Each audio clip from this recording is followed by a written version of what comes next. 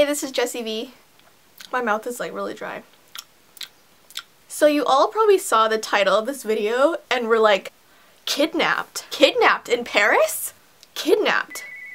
Hold on, the phone's ringing.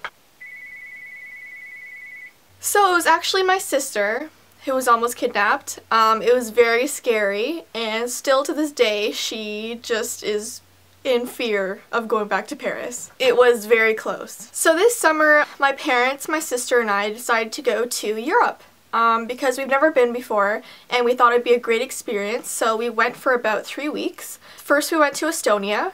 So we went to Tallinn and then we went to Saaremaa. We spent about almost 2 weeks in Estonia, and then we went to London for a few days, and then right afterwards we took a train to Paris. Paris is absolutely gorgeous in terms of architecture. I mean, it was breathtaking. I got so many awesome pictures that I'll have with me for the rest of my life. So the day this incident happened, I'm pretty sure we were all taking the day to shop because the weather was great and we just like walking outside, going through the boutiques and stuff. We had this amazing lunch like outside on the cobblestone streets. The bread was just amazing. We had like wine. It was just like something out of like a dream. It was so nice. Anyway, we had this idea that after lunch, you know, we'll probably explore a bit more, but then we wanted to go to the catacombs. I don't know if anyone is I'm pretty sure a lot of you would be familiar with the catacombs. If you didn't know what they are, they're actually human-made passageways underground. So any chamber used as a burial ground is called a catacomb. So the catacombs in Paris hold the remains of about 6 million people. It actually has the reputation of being the world's largest grave. So as you can imagine, the walls of the catacombs, you know, the tunnels, just human bones.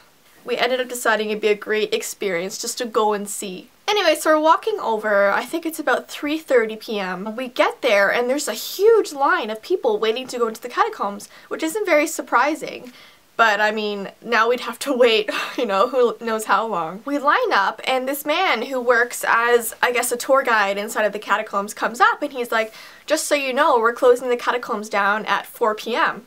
which was in half an hour. So he was like, I doubt you'll be able to get in, but if you want to wait in line to see, go ahead. So we thought, well, you know what? This is our last day. We're not going to have any time to go see them tomorrow, so we might as well line up. My grandma, my sister, and I were sitting on the grass listening to this actually guitar player who was singing and playing the guitar. It was really beautiful. And then my dad and my grandpa went and stood in line for the catacombs. So they were like kind of in the line for us while we just relaxed. While my dad and my grandpa were in line, I noticed that this man, he looked, I guess, homeless. He was carrying like a basket full of water bottles and like Coke cans and stuff like that. To be honest, they were kind of dirty and it looked like he just took like empty water bottles from the garbage and just filled them up with like tap water and was selling them. It was kind of gross. He went up to my dad and he was like, do you want some water? I don't know how much it was, but he told him the price. And my dad was like, no thank you, we brought our own water bottles, we're fine. So the man was like, are you sure? And my dad was like, yeah, we're good. So he like walked away kind of in a huff, kind of mad that my dad didn't buy a water bottle from him. Anyway, so I think my grandpa and my dad were probably like 5 spots from going into the catacombs, and the tour guide came out and he was like, listen guys, it's closed now, you gotta go home. And it really sucked because I think we waited quite a while. I think the tour guide kept the catacombs open until like 4:30. So my grandpa and my dad were waiting about an hour in line and then we just had to leave. It started getting really crowded and my sister and I walked together, so kind of away from like my family just because we were talking and walking. Anyway, so the man who had the water bottles and the Coke, I saw him coming up from the side and he was kind of going through the crowds directed right like towards my sister. Like he had like in mind, like, I'm going for this girl. So he walks up and while he's reaching for her, he says something like, oh, you're so beautiful, I like your style, I like your beauty, or something around that line. Really creepy. My sister's 17, this guy's like probably 50 something, like, you know, an older guy. Anyway, he's kind of dirty and he grabs her arm with both hands. So like both hands are locked around her arm and it's tight. Like I could see his grip was really tight around her. He takes strides away from the crowd, so he's like pulling her. And my poor sister, she's so shocked that she doesn't even say anything. Like I think she couldn't even comprehend what was going on. I'm pretty sure I was the first one to see it because I immediately said, hey, get your hands off of her. And I tried to rip his grip from my sister, but his grip was so strong and he was pulling her away from the crowd. So I'm like, oh my gosh, like, if I don't get this guy, he could just disappear with her and I'll never see my sister again. And it's difficult in Paris because if we lost her, I mean, we're not familiar with anything in Paris. We're from Canada, so it would be a very difficult experience, you know, just communicating with people trying to find her. Just as I'm trying to rip their arms apart, out of nowhere, my dad, I guess he saw what was happening, he takes the man's hand and like throws his entire body like just across the street.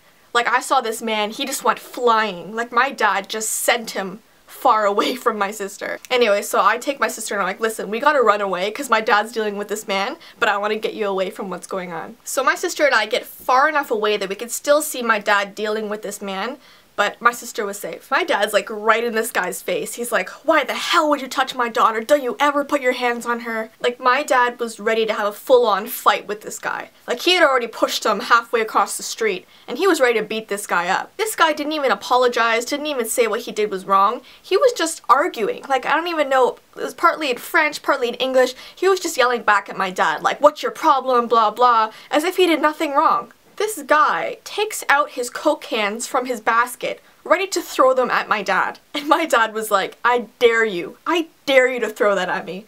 Because the minute, I tell you, the minute he did, my dad would have just taken him out. My dad was trying to, you know, keep his cool because he didn't want to start a full-out fight in the streets. But I'm telling you, my dad was ready. My dad was like swearing at him, just yelling because you know what? He doesn't want anybody touching his daughters.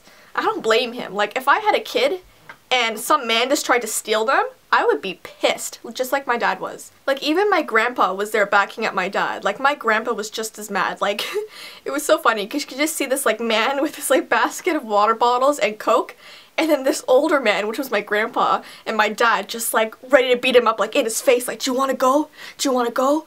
And like eventually like my sister and I went up and we're like, Dad, come on, let's go. Like let's not start anything. But I'm telling you, like ever since that happened, my sister has been so nervous just going around by herself.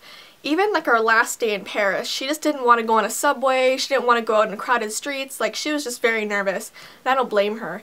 It was a pretty scary experience. As much as I make it, you know, kind of funny to think about, it was actually really scary, and my dad was really, really mad, and I'm just so glad my sister was close enough to me that I could see what happened, because if she even strayed a bit, we may not even have known that she was, you know, just taken by the arm. So, just a lesson learned, like be careful. When you're in places you don't know, like when you're traveling, be sure you're beside someone that you know, just in case anything like that happens. So that's my video for today. Please like and share. It really supports me. You guys are extremely awesome as usual, and until next time, bye guys.